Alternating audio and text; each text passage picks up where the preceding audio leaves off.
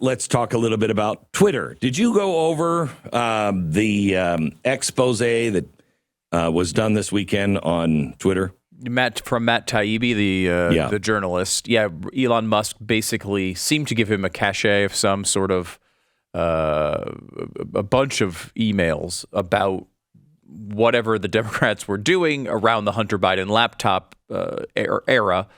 Right before the 2020 election. And he was going to go through it and kind of see what was there. It was interesting that he didn't, Musk wasn't trying to do it himself. He was giving it to who he saw as a responsible journalist to go through it. Oh, boy. Okay. That's the second time you've said that word. And I just can't, you said journalist and then respected journalist. Mm-hmm. The guy is a blogger. I know because I've read it in the New York Times. I've read it in Politico. I've read it and heard it from NBC, MSNBC, CNN, ABC News. He's a blogger. I heard it from the Rolling Stone. Wait, they should know because he worked for them, didn't he? Yeah, well, he was a contributing editor to the Rolling Stone and took down some major things. But I mean. Does that make you a journalist? And now so even Rolling Stone is saying now he's a blogger. He's a blogger. Okay. He's a blogger. And I assume they'd say the same about Barry Weiss, who is, one of the big wigs over at the New York Times. She's a Substack blogger. Right. That is what they're trying to do here, I guess, to push this off. Which, to me, don't you think it's changed? I think journalist is actually less credible than blogger, especially a Substack blogger. You mean like Glenn Greenwald and Barry Weiss and Taibbi? Yeah, I think I'm going to run in that pack, not the others. Well, I mean, you listen to Barry Weiss talk about her departure from the New York Times, and she, talks about how there was all sorts of pressures within the organization to not say what people believed. And, right. They went after people who questioned the narrative the wrong way over and over and over again. So you think when you're free to do whatever you want to do, you're at least going to be honest about it, right? You're going to come out and say the things that you believe. And I think you got that a little bit from the initial Twitter files release, which kind of did a little bit of both sidesism. It was kind of saying, well, there was some stuff on both sides and there were some good Democrats and all of this. But generally speaking, what it pointed to was a real effort by the Biden campaign, as we suspected, to go after narratives they thought did not serve them. And part of that was the Hunter Biden laptop. But part of the reason why I'm not all over this so far is because I don't think we have the real picture yet. I think we have only a small slice. I think that these documents were turned over to a couple of journalists who have not had or bloggers who have not had the time to fully go through them and give us, a moment by moment look as to who did what and how they did it. And it's going to take time, I think, for that to sort of marinate and go through the system. Here from 40,000 feet, here's what we discovered. Elon Musk released some of this inside information and some of the documents that showed that a couple of things. One, the FBI was meeting with them monthly, and then as it got close to the election, they were meeting with them weekly. That is troublesome. Again, not something that we didn't know, but it is something that was called a conspiracy theory for a long time. That they were taking the Hunter Biden story and they were getting advice from the FBI, and the people inside of Twitter were the ones that were torpedoing it with the advice from the Biden campaign. Well, that's what we found. So it's not new to any conservative. However, it is new to the press, and it is new to the press. This is why this is a big deal. You're not going to feel, in my opinion, you're not going to feel like, whoa, wow, look at that smoking gun. Because we've been talking about it. We've known this was going on. The whole world has known this was going on. And what they found was the right will get some things, on their side as well. But the disturbing part to me was it comes through personal contacts. So it is truly, would you call it nepotism? You know, you got to know somebody. And if you knew somebody in Twitter, you could get the world changed. And so you had people reaching out to their friends in Twitter, reaching out to their former coworkers, maybe at the White House, and saying, hey, look, this is a problem. Can you take care of it? Yep, I got it. I'll take care of it for you. Yeah. And of course, implicit in that is that 90% of the people who worked at Twitter were liberal. So all of their friends were liberal. So most of the stuff that got edited was stuff that liberals wanted to be edited. And so it was not fair, as they pointed out. It was not balanced. It's not like both sides did the same thing by any means.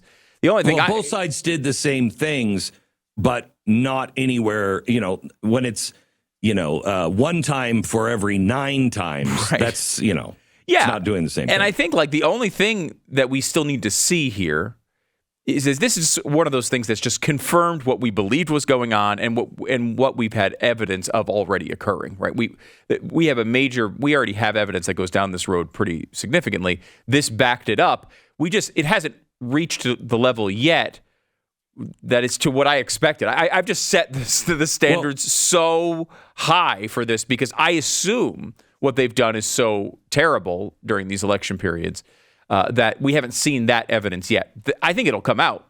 I think that we're going to see it eventually, but so far we haven't seen it. We've only seen 80% of what I believe was going on, not 100%. So here's why this is important.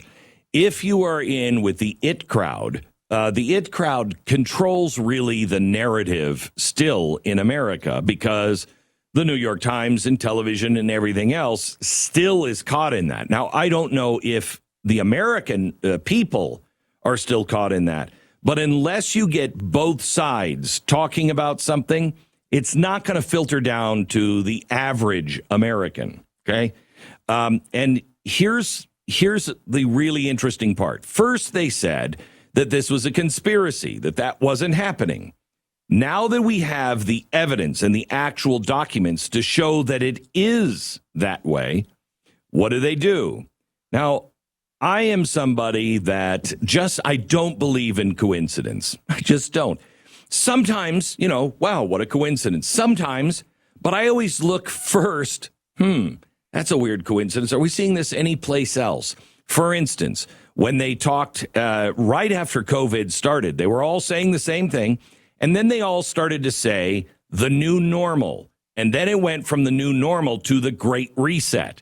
And everybody, all of a sudden, one day, everybody's talking about the Great Reset as a positive. And they're not explaining what the Great Reset is. They're just saying we need a Great Reset. Do you remember any of that? This is what happened over the weekend. To take Taibbi and destroy him as a journalist, they accuse him of PR work. He's just being a public relations person. To whom? To, quote, the richest man in the world. And what does that make it? Sad, embarrassing, humiliating. Now, let me go through some of these things. This is the primetime editor for Mediaite. Matt Taibbi went from a fierce and intrepid journalist taking aims at the wealthy and powerful to doing mundane PR for the world's richest huckster. Embarrassing. Ben Collins, senior reporter for NBC. Imagine throwing it all away to do PR work for the richest person in the world. Humiliating. Bloomberg, editors are great at not just because they make your work sharper, but because they will ask things like, hey, should you be doing PR work for the richest man on the planet? MSNBC, imagine volunteering to do online PR work for the world's richest man. Let's see. Media Matters. Matt Taibbi thread is a great example of overwriting when you don't have the goods, but you want to admit you're just doing PR for the world's richest person. Matt McDermott, doing PR for the richest person in the world should come as no surprise.